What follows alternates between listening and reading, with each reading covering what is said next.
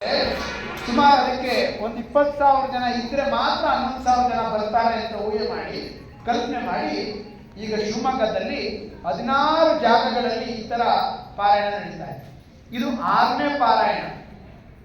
ಇನ್ನು 10 ಪಾರಾಯಣಗಳು ಬೇರೆ ಬೇರೆ ಭಾಗದಲ್ಲಿ ನಡೆಯುತ್ತೆ. ಆಯಾ ಭಾಗದವ್ರನ್ನೇ ಸೇರಿಸಿ ಮಾಡ್ತಾ ಇರೋ ಕಾರ್ಯಕ್ರಮ ಶಿವಮೊಗ್ಗದಲ್ಲಿ ನವೆಂಬರ್ ತಿಂಗಳಲ್ಲಿ ಏಕಾದಶ ಸಹಸ್ರಕಂಠ ಪಾರಾಯಣ ಆದಾಗ ನೀವು ಅದ್ರಲ್ಲಿ ಭಾಗವಹಿಸಲ್ವೋ? ನೀವಷ್ಟೇ ಭಾಗವಹಿಸಿದ್ರೆ ಸಾಕಾಗಲ್ಲ. ನೋಡಿ, ನನಗೆ ಒಂದು ನಡೆದ ಘಟನೆ ಹೇಳಿ ನಾನು ಮುಗಿಸ್ತೀನಿ. ನಾನು ಹುಟ್ಟು ಬಟ್ಟೆಯಲ್ಲಿ ಮನೆಯಿಂದ ಹೊರಗಡೆ ಬಂದು ಈ ತಾಯಿ ಪಾರಾಯಣ ಮಾಡ್ತಾ ನನಗೆ ಎಲ್ಲವೂ ಕೊಟ್ಟಿದ್ದಾರೆ. ಒಬ್ಬ ವ್ಯಕ್ತಿಗೆ, ಒಬ್ಬ ಸಮಾಜದಲ್ಲಿ ಇರೋ ವ್ಯಕ್ತಿಗೆ ಏನೆಲ್ಲ ಕೊಡಬೇಕೋ ಅವೆಲ್ಲವೂ ನನಗೆ ಕೊಟ್ಟಿದ್ದಾರೆ. 2016ನೇ ಇಸ್ವಿಯಲ್ಲಿ ನನಗೆ ಪ್ರೇರಣೆ ಆಯಿತು ಇದೊಂದಷ್ಟು ಜನಕ್ಕೆ ಓದಿಸ್ಬೇಕು ಅಂತ. ನನಗೆ ಸಿಕ್ಕವರು 16ರಿಂದ 17ನೇ ಇಸ್ವಿ ತನಕ ನಾನು ಮನಸ್ಸು ಮಾಡಿದ್ರೆ ಯಾರು ಓದಕ್ಕೆ ಬರಲಿಲ್ಲ.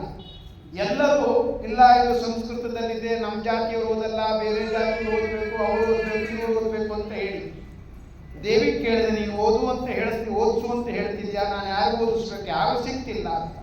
ಅವಳೊಂದು ಹೇಳಿದ್ರು, ಒಂದು ಹಳ್ಳಿ ಹರಿಹರಪುರದ ಹತ್ರ ದಾಸನಕೊಡಿಗೆ ಅಂತ ಒಂದು ಊರಿದೆ, ಆ ಊರಿಗೆ ಹೋಗು, ಅಲ್ಲಿ ಸಿಗ್ತಾರೆ.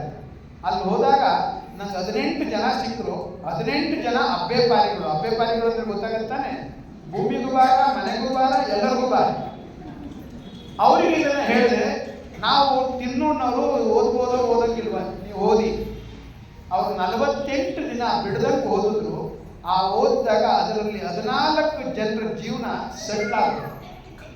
ಆಗ ಅವರಿಗೆ ಆ ದೇವಿ ಮೇಲೆ ಪ್ರೇರಣೆ ಬಂದು ಅವಳಿಗೆ ನಮನ್ ಮಾಡುವಂತ ಒಂದು ಚಂಡಿ ಹೋಮ ಮಾಡಬೇಕು ಅಂತ 19ನೇ ಇಸ್ವಿಯಲ್ಲಿ ಚಂಡಿ ಹೋಮ ಮಾಡಿದ್ರು. ಆ ಹೋಮಕ್ಕೆ ಮಾಡಬೇಕು ಅಂತಿದ್ದು 18 ಜನ, ಬಂದಿದ್ದು 41 ಜನ. ಈ 18 ಜನರ ಪ್ರೇರಣೆಯಿಂದಾಗ 41 ಜನ ದೀಕ್ಷೆ ತಗೊಂಡ್ರು. ಆ 41 ಜನ ದೀಕ್ಷೆ ತಗೊಂಡ ಮೇಲೆ ಅವ್ರಿಗೂ ಅಳಿತಾದ ಮೇಲೆ ಅವರು ಒಂದು ಚಂಡಿ ಹೋಮ ಮಾಡಬೇಕು ಅಂತ ಆದ್ರು. 20ನೇ ಇಸ್ವಿಯಲ್ಲಿ ಚಂಡಿ ಹೋಮ ಮಾಡಿದ್ವಿ. ಅದಕ್ಕೊಂದು 300 ಜನ ಬಂದಿದ್ರು. ಆ 300 ಜನ ಈ 41 ಜನರನ್ನೆಲ್ಲ ಕೇಳಿದ ಮೇಲೆ ಅವರು ದೀಕ್ಷೆ ತಗೊಂಡ್ರು. ಅವರು ಪಾರಾಯಣ ಮಾಡ್ಲಿಕ್ಕೆ ಶುರು ಮಾಡಿದ್ರು. 2021ರಲ್ಲಿ 700 ಜನ ಕಾರ್ಯಕ್ರಮಕ್ಕೆ ಬಂದಿದ್ರು. 700 ಜನರು ದೀಕ್ಷೆ ತಗೊಂಡ್ರು.